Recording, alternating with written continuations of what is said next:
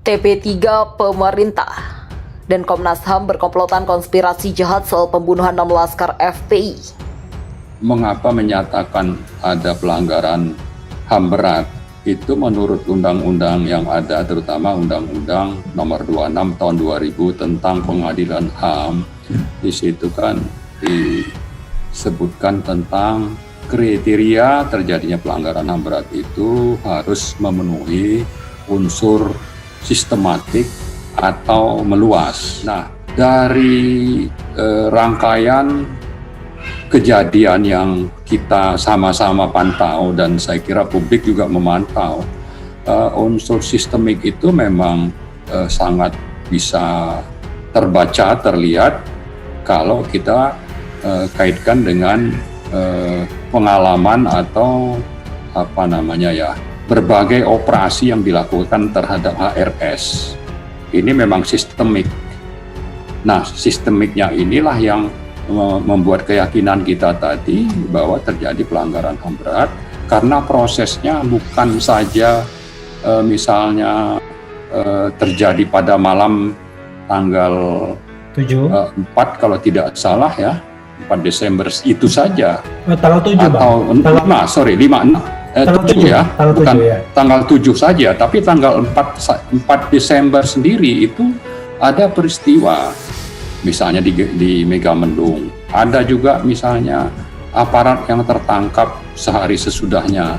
Nah, ini satu rangkaian sebetulnya yang bisa menunjukkan bahwa terjadi peristiwa yang sistemik tadi, sehingga bisa memenuhi kriteria pelanggaran HAM berat itu. Saya kira itu yang membuat kita yakin. Dan soal terbunuhnya atau tewasnya 6 laskar FPI yang itu diurai dalam 2 hal. Pertama, harus ada penegakan hukum sesuai dengan ketentuan hukum, sesuai dengan perintah Tuhan bahwa hukum itu adil. Dan yang kedua, ada ancaman dari Tuhan kalau orang membunuh orang mukmin tanpa hak, maka ancamannya neraka jahanam. 7 orang yang diwakili oleh Pak Amin Rais dan Pak Marwan Batubara tadi menyatakan mereka menyatakan keyakinan telah terjadi pembunuhan terhadap 6 laskar FPI dan mereka meminta agar ini dibawa ke pengadilan HAM karena pelanggaran HAM berat. Agar supaya kasus pelanggaran atau kasus pembunuhan 6 warga sipil di kilometer 50 tol Jakarta Cikampek itu dilaksanakan secara terbuka, transparan dan adil. Yang kedua, kami minta agar supaya tidak diadili di pengadilan biasa, tapi pengadilan HAM, karena dalam penyelidikan kami dalam mengeksplorasi persoalan ini dengan semua saksi-saksi termasuk keluarga dari korban, maka kami temukan bahwa sudah ada unsur-unsur pelanggaran HAM berat.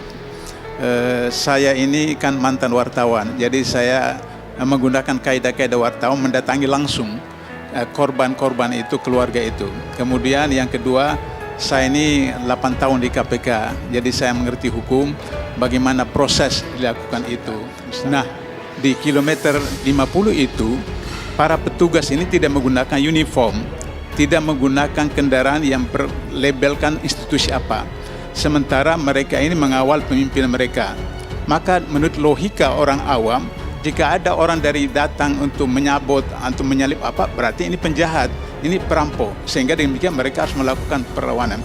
Kecuali mereka datang menggunakan uniform, tanda-tanda jelas pemerintah, maka kemudian itu dianggap pelanggaran. Nah, sehingga dengan begitu, maka kemudian kami temukan bahwa ada unsur-unsur pelanggaran HAM berat. Kalau Komnas HAM mengatakan tanggal 7 November itu pelanggaran HAM biasa, saya bisa mengerti. Tapi ini kan kita lihat dari teori atau dasar atau prinsip HAM berat itu ada terstruktur, sistematik, dan masif. TP3 Pemerintah dan Komnas HAM berkomplotan konspirasi jahat soal pembunuhan 6 laskar FPI. Pembunuhan TP3 Laskar FPI Marwan Batubara. Peristiwa pembunuhan 6 Laskar FPI merupakan pelanggaran HAM berat jika mengacu Undang-Undang Nomor 26 Tahun 2000, yaitu Undang-Undang tentang Pengadilan HAM. Hal itu termaktub dalam putih hasil investigasi TP3. Demikian disampaikan tim pengawal peristiwa pembunuhan TP3 Laskar FPI Marwan Batubara saat menjadi narasumber dalam webinar bertajuk Membedah Buku Putih Pembunuhan 6 Laskar FPI pada Sabtu malam 17 Juli. Tentang buku putih ini sendiri menggambarkan memang telah terjadi kejahatan-kejahatan pelanggaran HAM berat menurut penjelasan yang ada dalam perumusan Undang-Undang Nomor 26 Tahun 2000, yaitu Undang-Undang tentang Pengadilan HAM. Itu yang paling penting, basic, karena memang pelanggaran HAM berat telah terjadi. Begitulah ujar Marwan. Karena itu menurut Marwan, apabila Komnas HAM yang dalam laporan yang diserahkan kepada Presiden Joko Widodo menyatakan kasus pembunuhan tersebut bukan pelanggaran HAM berat, berarti patut diduga melakukan konspirasi jahat.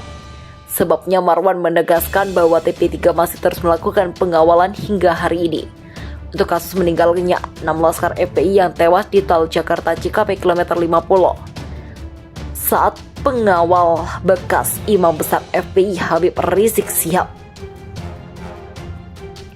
Pemerintah dan Komnas HAM itu berkomplotan melakukan konspirasi jahat yang menyatakan bahwa pembunuhan tersebut hanya pelanggaran HAM berat. Begitulah tegasnya. Maka dari itu Marwan menekankan dalam konteks masalah ini, isu utama TP3 adalah bagaimana menunjukkan bahwa kasus pembunuhan tersebut telah terjadi pelanggaran HAM berat. Karena pada dasarnya kezaliman itu telah mulai oleh pemerintah dan Komnas HAM, mereka berkonspirasi untuk merupakan pelanggaran HAM biasa. Begitulah pungkasnya. Sebut FPI bisa dikirim jadi ormas teroris secara hukum, Mustafa, tapi masyarakat mana percaya? Politisi Partai Umat Mustafa Nahrawaidaya mengatakan bahwa Front Pembela Islam atau FPI berupaya digiring menjadi organisasi masyarakat atau ormas teroris. Mustafa mengatakan bahwa penggiringan itu biasa dilakukan secara hukum, namun masyarakat tidak akan percaya. Banting tulang menggiring FPI jadi ormas teroris, katanya melalui akun Twitter tova.id pada Sabtu 17 Juli 2021. Dia saksi secara hukum karena hukum digerakkan oleh manusia yang juga punya dosa. Tapi masyarakat mana percaya, begitulah lanjutnya. Mustafa mengatakan bahwa kesalahan awal dalam upaya penggiringan itu adalah bahwa masyarakat dia recoki dengan berita yang menggambarkan teroris. Sebagai orang yang tidak mau bergaul, kesalahan awal adalah kita sering dicekoki berita bahwa teroris itu enggak mau bergaul, suka kontrak dan gang. Begitulah ungkapnya. Netizen pun mengomentari bahwa orang-orang FPI bukanlah orang yang tak mau bergaul, melainkan suka membantu masyarakat saat terkena bencana.